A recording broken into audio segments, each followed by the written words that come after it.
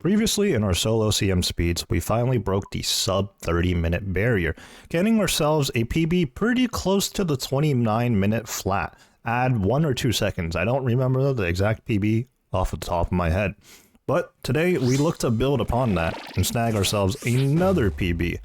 The setup in our inventory does change a little bit as we bring in 1 extra brew compared to last time, and we bring the Zarite Van Braces in once again. We typically always bring these Zarite Van Braces in, but in our previous PB run, we elected to drop it in favor of picking up the Zamorak Godsword. Now, I've since dropped the Zamorak Godsword again, because, to be honest, the Zamorak Godsword isn't really needed to get a certain time. You'll need to bust it out if you're truly going for a really speedy time, but in our early stages of learning to speedrun this raid, we don't really need the Zamorak Godsword just yet. So we're bringing in the Zarite Van Braces once again, and I made a note to do that specifically because in our previous 2901 run, I noticed that we were hitting quite a fair amount of zeros with the T-bow. And initially, I didn't think the Zarite Van Braces would be that much of a DPS loss, but evidently it was. So here we are with the Zarite Van Braces again. Plus, it helps with our inventory management having equal switches for each respective attack style. So going back to us having 3 brews, previously we had 2 brews, and we had a bit of an issue at Vanguards in a lot of our attempts. We're just taking heavy damage, and then throughout the rest of the raid, we were always short on brews seemingly. This is because we don't do the tightrope skip just yet. Again, this is one of those things that I haven't implemented into my runs just yet, but we will be shortly after a couple more reps. I just really want to stress we're still in the beginning stages of speedrunning this raid. While I do have a ton of KCs at this raid, it was always done in a nice, safe, consistent manner where I would full prep and do every room as intended pretty much. Well, except Vespula. No one truly knows how to do the Vespula room the quote-unquote intended way, but everybody does the redemption method, which is arguably seen as the more standard way these days for the longest time, honestly, for as long as I remembered. So we get through Tecton and Crab room just fine. Honestly, a Tecton 102 is pretty good for my standards.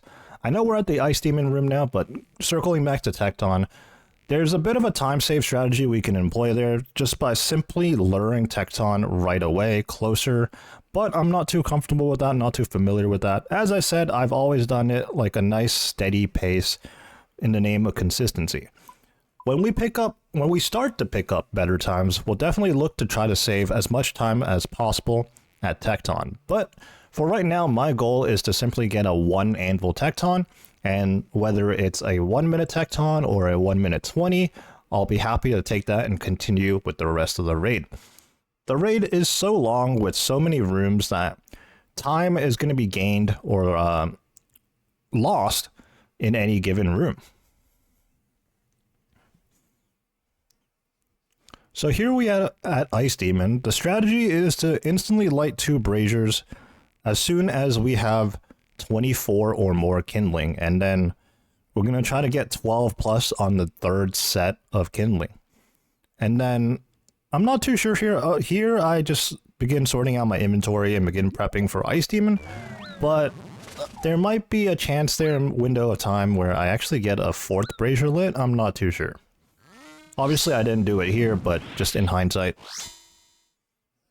So we're gonna begin Ice Demon with Burning Claw specs, and Surge Pot gives us a 3rd spec, and we transition over into our mage gear here and cast Dark Demon Bane. Obviously with the Mark of Darkness spell utilized as well so that we do extra damage. Previously I tried to claw scratch with the Burning Claws the rest of the way, whatever health was left after the Burning Claw specs, but I discovered that the Burning Claws have a very poor accuracy when it comes to just autoing the boss. I think it's like a 49% accuracy or something. So swapping into the mage gear was certainly the better option there. Moving in the Shaman room, we try to get this one the safe spot, jump into the safe spot, but it doesn't cooperate, so in the interest of time, we're just going to run along the walls here to prevent it from jumping. Unfortunately, take a bit of chip damage from those purple little guys there. I don't know what you call them. Health matters, obviously, and in future runs, I do make more of a point to avoid taking damage here at Shamans, because we need all the health we can sustain for Vanguard's room. In this particular run, though, it doesn't matter quite as much. I afforded myself more mistakes and room for error because I am bringing in 3 brews. Now, once again, talking about the 3 brews, you can see I have a lot of inventory space to work with, and if I simply maneuver things around, like starting the raid with a pickaxe and defender equipped, that even opens up another inventory space for me. So I know for a fact, well aware of this, that I'm not utilizing my inventory space to the best of my ability. But again, we're just in the process of learning and just having certain expectations, the right expectations, that we're not going to pull a 25-minute CM right off the bat. We're going to have to learn things and get comfortable with things. So we did put 1 brew in the private storage for later use. 2 brews should get the job done here at Vanguards. 2 brews is what I always bring, even in my regular money runs. The difference here, though, I guess, is technically this is a little bit less health, I think, because these are outside brews and not the raid brews. As I touched on before, I've had issues at Vanguards taking heavy damage. I've since become a little bit better at this, but to be honest, I don't know what's really changed. Vanguard's room, I play this out exactly the same way every time, seemingly. I guess in a speedrun, though, I do take a little bit more risk, and I don't want to spend as much time standing around not hitting the Vanguards. For the Vanguards room specifically, I'd say anytime I get a sub 2-minute Vanguards room, I would call that pretty good. I don't see too many sub 2s, unfortunately, and I'm not sure what I can do to improve the times other than to simply hit harder. The strategy I look to do the most is actually follow the green ranged Vanguard around, as this one has the unique mechanic of, or characteristic, whatever you want to call it, of being able to step under it and it won't try to path around to find you.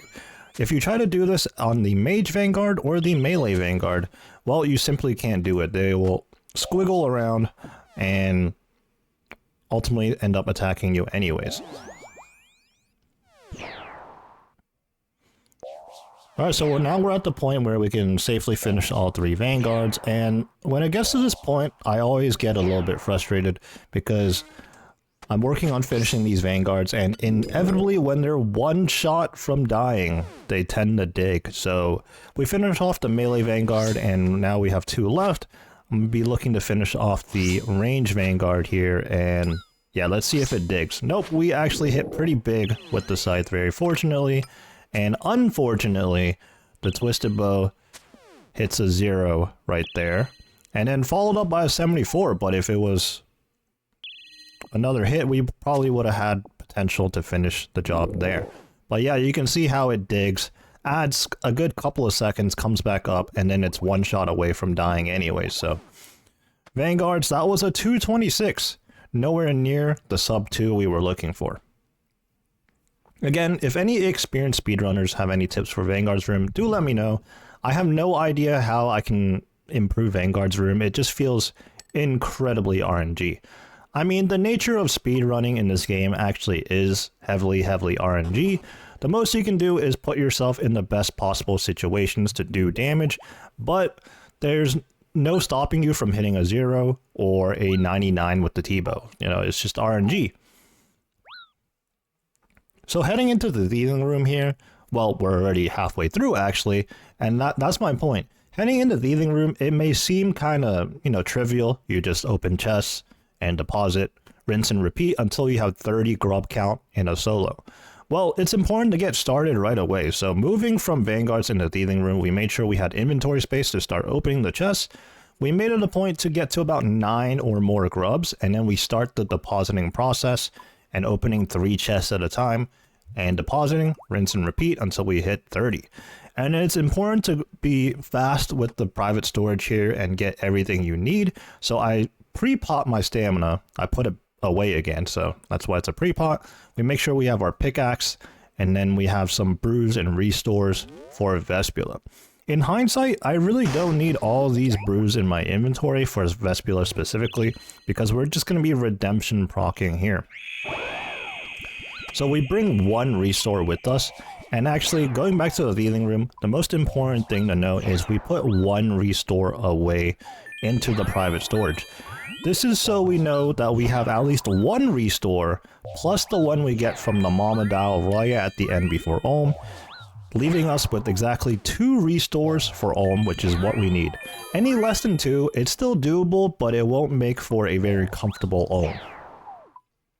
So here we are at Vespula, and honestly, I'm a little reluctant to use as many restore doses as usual, so I do wait for my enhanced to tick a few times there. We pick up all the pots, and now we're gonna actually heal back up and restore back up. In a speed run, people are gonna be looking to do the tightrope skip. But again, going back to our conversation about the ZGS and certain strategies, I just wasn't ready to tightrope skip just yet.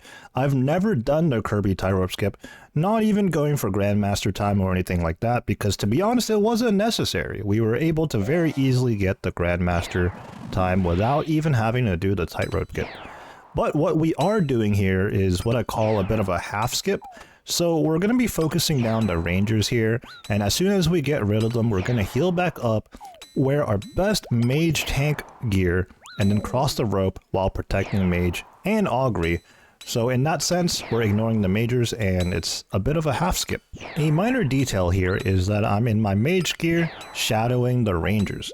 While I am a lot squishier with less defense in the mage setup, the shadow actually is better DPS according to DPS calculators on the Ranger specifically, so I elected to try and do a bit more damage while I am trying to mitigate damage in between the Ranger hits swapping into some tankier range defense. It does help a little bit, but Rangers do a lot of damage nonetheless.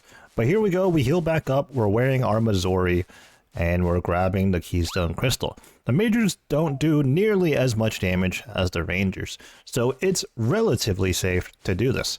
Although obviously you still need to pull out the correct stops in order to do this, otherwise you do run the risk of planking as we fall down to 41 health right there. But we move on from tightrope. Tightrope did take us a minute and 41, and I believe with the Kirby tightrope skip, it usually is about 50 seconds, so you save another 50 seconds from just executing the Kirby tightrope skip.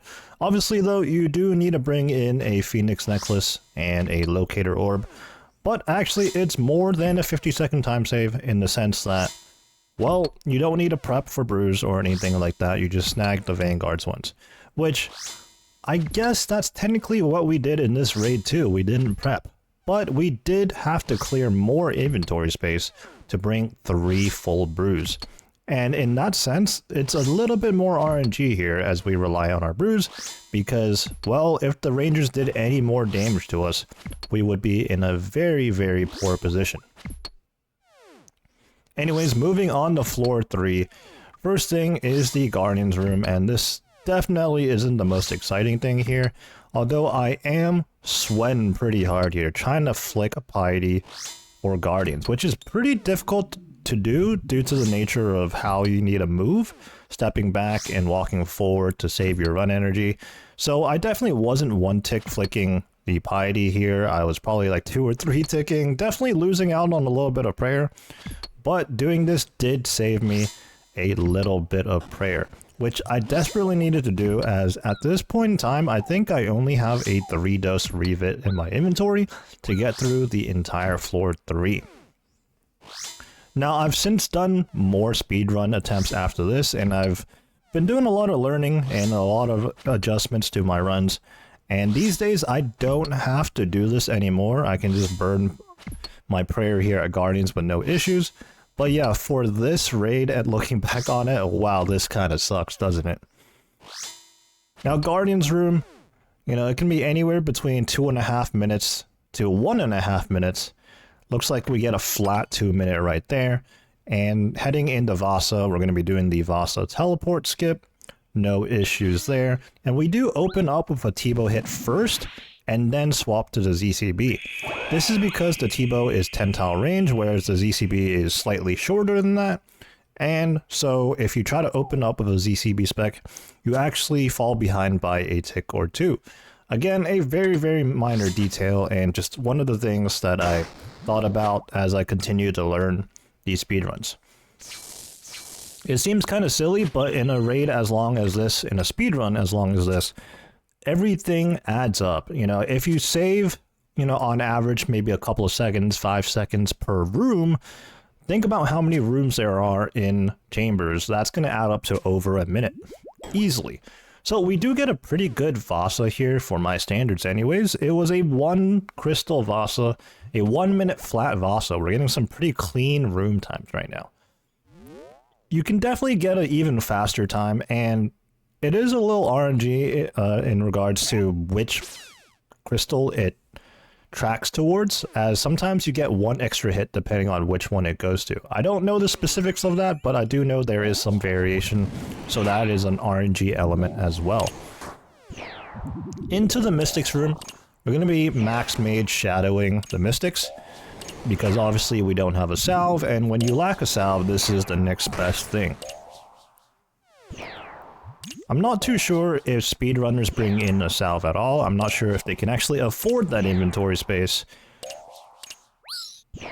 I'll have to look into it into the future, but as of right now, I'm thinking that's not the case. Running through Mystics is always kind of risky. If they do end up meleeing you, oftentimes it's a really big number, they hit really hard. But you do have to run through here just to get closer to the entrance to Muttadile room, so that you can safe spot these Mystics, corner safe spot them, and then also be prepared to tendril skip and be ready for Muttadile room. Pretty good hits on that green Mystic there, just 1 more to deal with now. And all this time I am looking to periodically flick Augury just to manage my, not my inventory, but my restore a little bit. But with 2 restore doses remaining heading into Muttadile room, it's actually really comfortable now, and we won't have to do any flicking in this room. In Muttadile room, we are going to be chopping the tree. As I mentioned, we don't have a ZGS in this current setup, and the ZGS really isn't necessary, especially for the time we're going for, types of times we're going for right now. What I do here, though, is swap into some tankier gear, so we have the Missouri legs and the Oath Plate top on, and we're going to be hitting the baby dial every time we get a woodcutting EXP drop, and then clicking back on the tree. But above all else, we're going to be trying to keep our health as high as we can, so we're also brewing whenever we get the woodcutting EXP drop. And we do this because we're staying in cycle of the chopping method, so we're not really wasting any ticks here at all. It's not particularly difficult to do, but something that you definitely want to execute just to maximize the, or minimize, I should say, minimize the amount of time you're in this room for. So we get the tree chopped, and now we swap back into our full mage gear to finish off this baby dial. We are stepping under, as I believe the baby dial and just about everything in this raid attacks on a 4-tick cycle, whereas our shadow is obviously 5-tick. With the baby dial out of the way now we swap into our range gear here, and we do have ZCB spec available for the mama dial.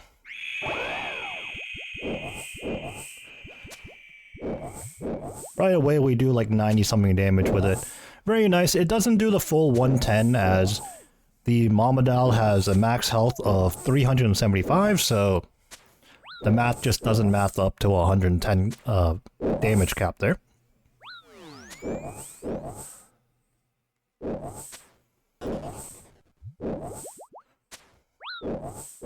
This was a very scary moment, as we had to re-overload in the middle of the Muttadile fight. Not something you really want to do, as Muttadile obviously does a ton of damage to you, and you could very easily get comboed out. But no issues there, we get through the Muttadile room. Again, a clean number, 2 minutes exactly on the dot for the Muttadile room. I don't have precise timing on, so you know, for all we know, it could be like 2 minutes and like 0.4 or something. Whatever the tick cycle comes out to. But heading into Ohm now, we are sub 20 heading into Ohm, which bodes well for me. We're looking to get like an 8 to 9 minute Tecton, and Ohm, And if we manage that, well, we should be on pace for a new PB. If we were doing a 8 to 9 minute Tecton, we certainly wouldn't be. There'd be some serious issues there. By the way, I did do a 7-minute Tecton at one point for fun, just as a concept video, and actually it wasn't so fun. Anyways, hammer spec does land here on P1, very fortunate. In our current setup, we really only get one hammer attempt per phase, so that one hammer landing is pretty crucial. And very fortunately, due to which side Ohm has spawned on, we are going to get the damageless 12-0 shadow cycle twice. So here on P1 and P3. That is going to make a bit of a difference here, as we'll take significantly less damage. Our brew situation is pretty interesting here, as we have 4 raid brews, but we brought in our one outside brew from earlier that we put away all the way back in, I believe, Ice Demon Room. So we've kept that in storage all this time, and we pull it out now. Ideally, we would have all 5 raid brews, and this is just a result of us not using our ZGS for Muttadile Room, and perhaps maybe not being the most efficient with our brews, so we do have to end up using the outside brew. Anyways, transitioning into the melee hand now, we are doing the 3-1 scythe method, which is not exactly the most ideal way or most efficient strategy to do, as 3-1 scythe actually involves you 6-ticking your scythe on one of those 3 swings, meaning you're essentially 5.3 ticking your scythe, if I'm not mistaken. So you're missing hits there. And the alternative and the better option is to actually World Scythe, in which you never miss any scythe swings, you're attacking off a cooldown on a 5-tick cycle, and the concept of World Scything is that you're essentially face tanking the boss here, except you are skipping the portal special. Obviously, the portal special is pretty important to skip, as it can be potentially a lot of time loss depending on where the portal spawns. It could be very, very far away from the melee hand, and you're going to miss 1 or 2 swings every single time. That's the extent to my understanding of what World Scything is, and I have done it a few times before on occasion, but I opted against doing that in favor of just playing it safe, making sure I'm healthy enough, and, you know, obviously if I mess up and I do end up getting portals, that's more of a time loss than anything, and more trouble than it's worth currently. I'm not too sure if there's any more depth to what you need to know for World Scything, so, you know, based on my level of knowledge of what World Scything is, once again, I opted against doing it in favor of just doing 3-1. As I said, well, 3-1 is the next best thing outside of World Scything, and especially these days with Of Plate, Amulet of Rancor, and things of that nature, having the Scythe and using it is nowhere near the same DPS level as using a Dragon Hunter Lance, so well worth it to 3-1 Scythe, and especially for me, something that I'm very, very comfortable with. So here on P2, actually the mage hand is already almost dead. Sometimes you just get good DPS with the max mage setup, but this is the 8-1 side in which we occasionally have to tank damage. Now, I wasn't even properly executing it here. I think I was fumbling a bit here, but sometimes in the max setup, you could be fumbling around trying to get into cycle, and before you know it, you never got into cycle, but the hand is done. Likewise, on the melee hand, there's been times where I'm trying to get into cycle, just never was able to, and then the melee hand is already 0 HP. Anyways, I'm going to let the video play out here, and we'll see if we can snag ourselves any purple or anything, but pretty much explained the depth of what went on in this speedrun attempt here, and yeah, I'm going to continue to learn and try to improve, and we'll see what kind of times we eventually get to.